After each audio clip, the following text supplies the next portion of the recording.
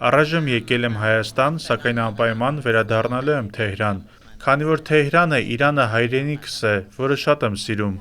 Ճանապարհներին խցանումներ էին, սթրես և մտահոգություններ, բնական է, որ անհանգստացած և ավելի ճիշտ մտահոգված եմ այս իրավիճակով, մասնավորապես, ինչպես կարող է մի գետը սահմաններ գծել երկրների միջև, աշխարհին պետք են արդյոք պատերազմներ, որտեղ գտնեն նմանատիպ զարգացումներ։